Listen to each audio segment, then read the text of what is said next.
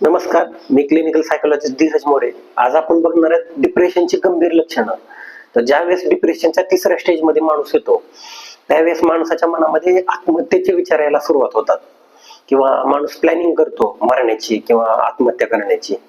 दुसरं लक्षण काय होतं, तर माणूस इतरांपासून स्वतःला तोडून घेतो, एकटा एकटा राहायला लागतो. तिसरी गोष्ट काय होते, तर माणसाची जी काही निर्णय क्षमता असेल किंवा आठवण असेल किंवा जी काही एकाग्रता असेल त्या गोष्टीवर कुठे ना कुठेतरी परिणाम होतो.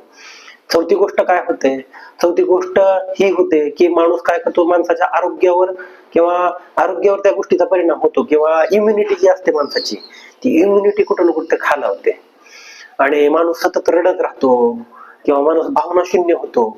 तर ही डिप्रेशनची गंभीर लक्षण आहे. ज्यावेळेस माणूस तिसऱ्या स्टेजमध्ये येतो, तर यावेळीच कुठे ना कुठे उपचार घेणं गरजेचं आहे. माणूस उपचार तज्ञाचा सल्ला घेणं गरजेचं आहे, त्याचा उपचार घेणं गरजेचं आहे. जर तो योग्य उपचार घेतला, सल्ला घेतला, तर कुठे ना कुठेतरी माणूस या गोष्टीतनं बाहेर पडू शकतो. धन्यवाद.